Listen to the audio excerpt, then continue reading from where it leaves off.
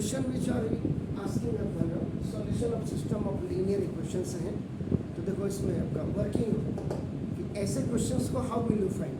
तो problems based on solution of system of linear equation by finding inverse of the coefficient. आपको कैसे करना है इन क्वेश्चंस को। जैसे आपका ये क्वेश्चन मिला हुआ आपका, मैं इधर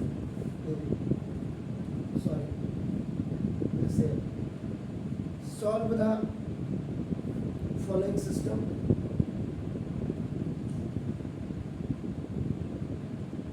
of equations by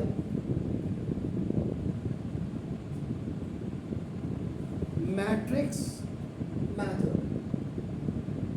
ये क्वेश्चन आपका बोर्ड और प्लस कंपार्टमेंट दोनों में है। आपका जो यहाँ दिखा रहा है x minus 2y and minus 4 is equal to x minus 2y minus 4 equal to 0.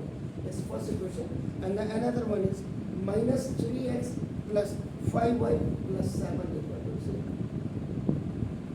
ये आपका NCERT का फॉर्मूला है।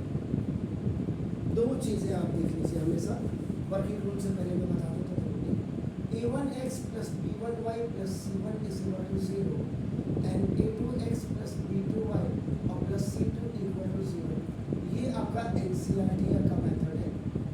और अगर आप a1x plus b1y equal to c1 and a2x और plus b2y equal to c2 करते हैं तो ये पहले सबसे पहले मंजीत सिंह सर कहते हैं please keep the constants on right hand side, और ये कहते हैं आपका please keep the constant on the left hand side. ये आपके NCERT कहते हैं। इसमें फर्क क्या होता है कि जब आप क्रॉस मल्टीप्लिकेशन मेथड का फॉर्मूला यूज करते हैं x equal to b1 c2 minus b2 c1 upon a1 b2 minus a2 b1 होता है, और y इज इक्वल टू आपका c1 a2 minus c2 a1 upon a1 b2 minus a2 b1। ये होता है इस वाले फॉर्मूले से। और जब आप मंजीत सिंह सर वाले से करेंगे तो ये आपका चेंज हो जाता है, आगे का पीछे -1 का फर्क आ जाता है। तो b2 c1 minus b1 c2, there is no change into this one. आगे वाला पीछे, पीछे वाला आगे। And y is equal to c2 a1 minus c1 a2 upon now a1 b2 minus why I told you आपका ना this one है, why I am teaching this one इसका, क्योंकि -4 and +7 these both are the constant and kept in the left hand side। अगर cross multiplication से कोई सवाल solve करता है 10th में तो आपका ये वाला फॉर्मूला यूज करेगा। जैसे इधर आ जाएगा इक्वल टू 4 और इक्वल टू -7 आप ये वाला फॉर्मूला रखेंगे तो ज़्यादा कन्वीनियंट होगा। याद रखिए। एनी हाउ नाउ अब इन क्वेश्चंस को करने के लिए आपको कैसे सॉल्व करना है आप ये मैं आपको बता देता हूँ। तो नाउ फास्ट लेट द, ये लिखेंगे आप तो आपको दिक्कत नहीं होगी। तो let the given system of linear system या linear equation in matrix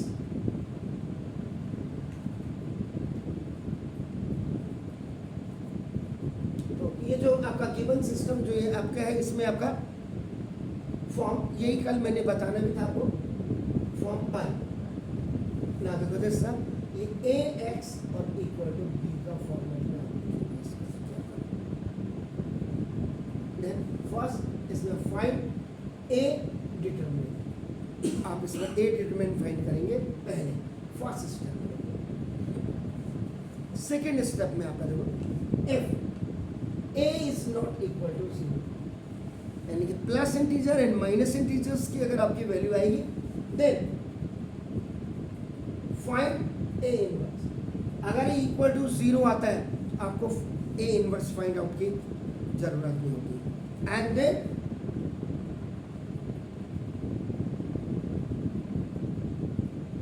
unique solution is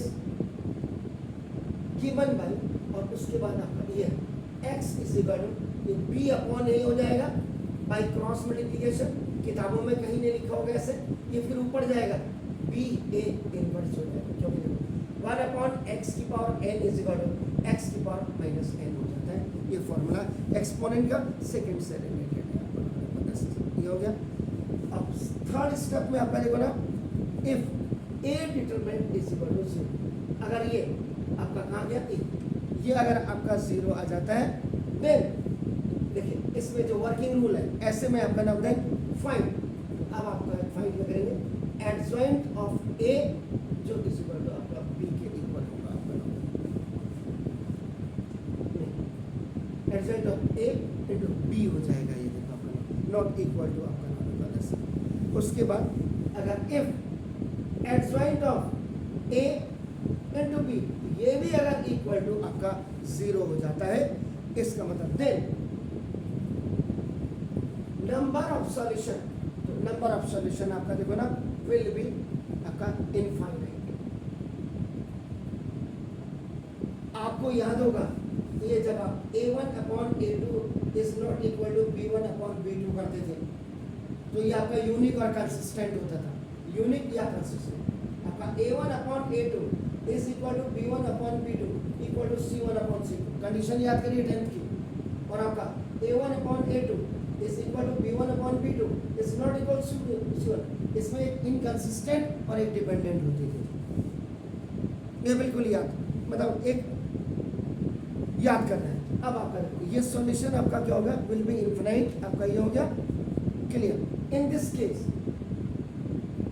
और अगर ये वाला केस आपका बन रहा है, तो लेट जो वन वेरिएबल होगा, ये वन वेरिएबल बी टी हो जाएगा, और टी इज एन आर्बिट्रेरी।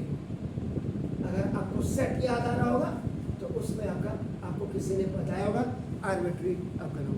तो नाउ लास्ट में आपका देखो, नाउ एक्सप्रेस अदर वेरिएबल,